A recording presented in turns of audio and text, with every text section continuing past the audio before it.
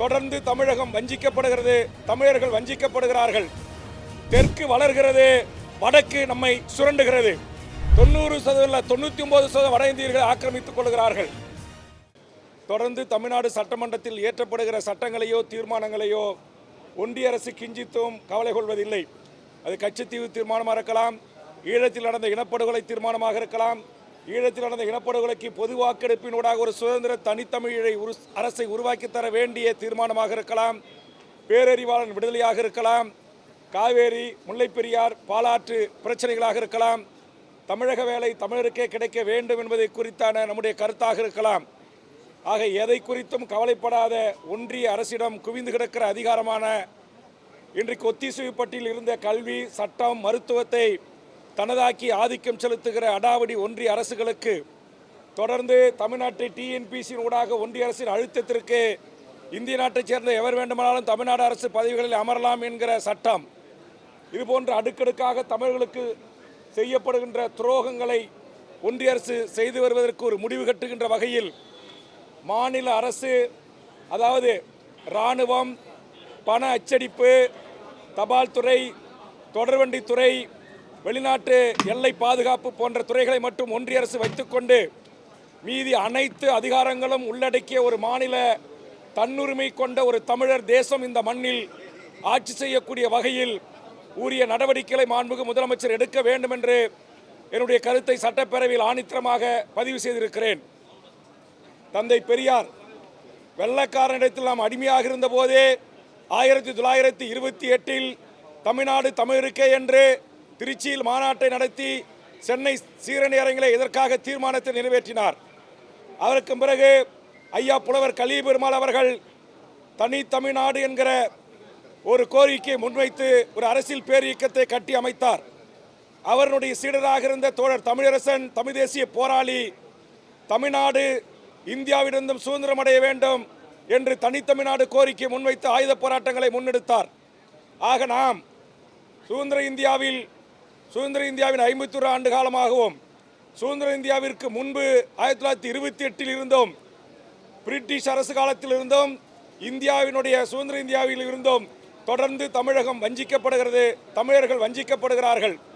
ஆதலால் இந்த மாநில சுயாட்சி தீர்மானம் என்பது ஒரு தன்னுரிமை தேசம். நான் சொன்ன இந்த 5 ஒன்றிய அரசோ அல்லது மத்திய அரசோ கையில் வைத்துக்கொண்டு மீதி ஏனைய அனைத்து அதிகாரங்களும் 7 கோடி மக்களால் தேர்ந்தெடுக்கப்பட்ட தமிழ்நாடு அரசுக்கும் இந்த சட்டமன்றத்துக்கும் இருக்க வேண்டும். அதற்குரிய பரிந்துரைகளை இந்த வல்லுநர் குழு ஆய்ந்து அறிந்து தமிழக முதல்வர் கரங்களிலே தந்து மாண்புமிகு தமிழ்நாடு முதலமைச்சர் அவர்கள் தங்களுடைய ஆட்சி காலத்திலே அதை நிறைவேற்ற வேண்டும் என்கிற வேண்டுகோளை இந்த நேரத்திலே நான் முன்வைக்கிறேன். ஏற்கனவே ராஜமன்னார் கமிட்டி, லட்சுமண முதலியார் கமிட்டி, திரு ரெட்டி கமிட்டி அந்த பரிந்துரைகள் இதுவரையிலும் நடைமுறைப்படுத்தவில்லை. மீண்டும் 51 ஆண்டு காலமும் நாம் அதுபோன்று ஒரு குழுவை நியமித்து, கமிட்டியை நியமித்து அதுவும் அமுல்படுத்தப்படாமல் நடைமுறைப்படுத்தப்படாமல் ஆகிவிடக்கூடாது. காரணம், சென்னையில் இருக்கிற நம்முடைய ஸ்டாலின் மருத்துவமனை, நம்முடைய கீழ்ப்பாக்கம் மருத்துவக் கல்லூரி மருத்துவமனை, நம்முடைய பொது அரசு மருத்துவமனை மருத்துவக் கல்லூரி, இந்த மருத்துவக் கல்லூரிகளிலே சூப்பர் ஸ்பெஷாலிட்டி மருத்துவம் என்கிற படிப்பை ஒவ்வொரு கல்லூரியிலும் 14 சீட்டு, 7 சீட்டு, 10 சீட்டு இருக்கு முக்கியமான படிப்புக்கான இடங்கள். இதிலே 99% இடங்களை வட இந்தியர்களை அபகரித்துக் கொள்கிறார்கள், கைப்பற்றிக் கொள்கிறார்கள். தமிழ்நாட்டில் இருக்கிற ஒன்றிய அரசு அலுவலகமான ஆயக்கர் பவனில் தொடங்கி எல்லா ஒன்றிய அரசுகளிலே 90% 99% வட இந்தியர்களை ஆக்கிரமித்துக் கொள்கிறார்கள். இங்கே நம்முடைய நிலம் பறிக்கப்படுகிறது, ஆற்றின் உரிமை பறிக்கப்படுகிறது, நம்முடைய கடல் வளம் கொள்ளையடிக்கப்படுகிறது, நம்முடைய இயற்கை வளம் சுரண்டப்படுகிறது. வடக்கு வாழ்கிறது, தெற்கு தேய்கிறது என்று சொன்னார் அண்ணா. இன்றைக்கு தெற்கு வளர்கிறது, வடக்கு நம்மை சுரண்டுகிறது. நம்முடைய முழுவதுமான நிதியை தனதாக்கி கொள்கிறது. நம்முடைய ₹1 29 பைசாவை தந்துவிட்டு மீதம் சுருட்டிக் கொள்கிறார்கள். ஆக நிதியில் மட்டுமல்ல, எல்லா பிரச்சனைகளிலும் இன்னைக்கு சுங்கச்சாவடிகளில் தொடங்கி இன்னைக்கு ஜிஎஸ்டியில் இருந்து எல்லாவற்றிலும் சுரண்டல் போக்கையும் ஒரு ஆதிக்க அடிமைத்தனத்தையும் பிற மாநிலங்கள் மீது ஒன்றிய அரசு செலுத்துகிறது. இதற்கு இந்தியாவிற்கே வழிகாட்டியாக எல்லா நிலைகளிலும் தமிழகம் திகழ்கிறது, தமிழர்கள் திகழ்கிறார்கள்.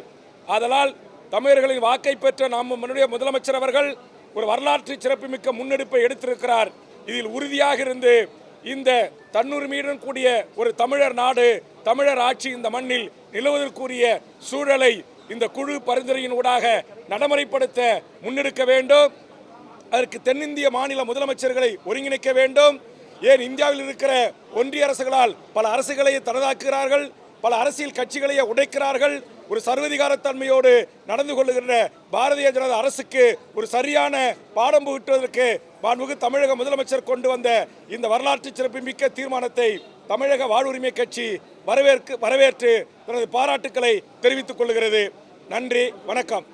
இதுபோன்ற செய்திகளை மேலும் தெரிந்து கொள்ள எங்களது யூடியூப், ஃபேஸ்புக் மற்றும் ட்விட்டர் ஆப்களை சப்ஸ்கிரைப் செய்யவும்.